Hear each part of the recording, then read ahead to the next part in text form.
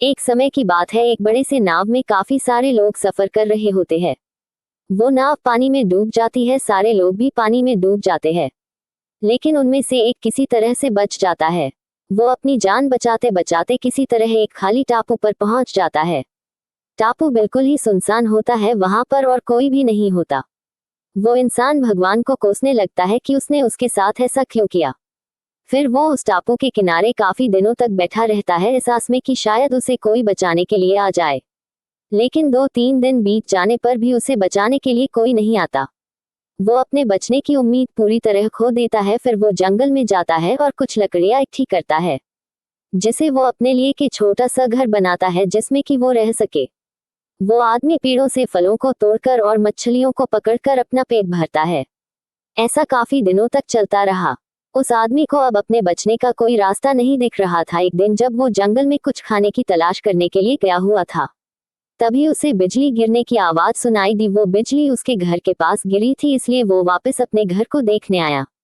तब उसने देखा कि उसका घर बुरी तरह से जल रहा। वो बिजली उसके घर के ऊपर गिरी थी, जिसके कारण उसके घर को आग लग गई।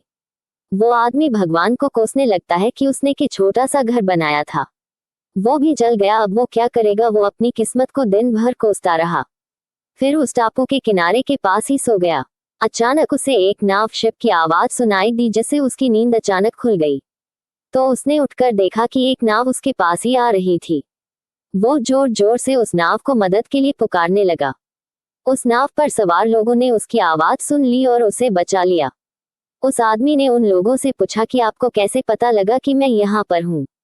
तब उनमें से एक आदमी ने जवाब दिया कि हमने आपका धुएं का इशारा देखा था, जिसे देखकर हम आपको बचाने के लिए आ गए।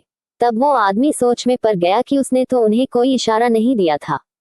फिर थोड़ी देर बाद सोचने के बाद उसे याद आया कि उसका घर आग में जल गया था।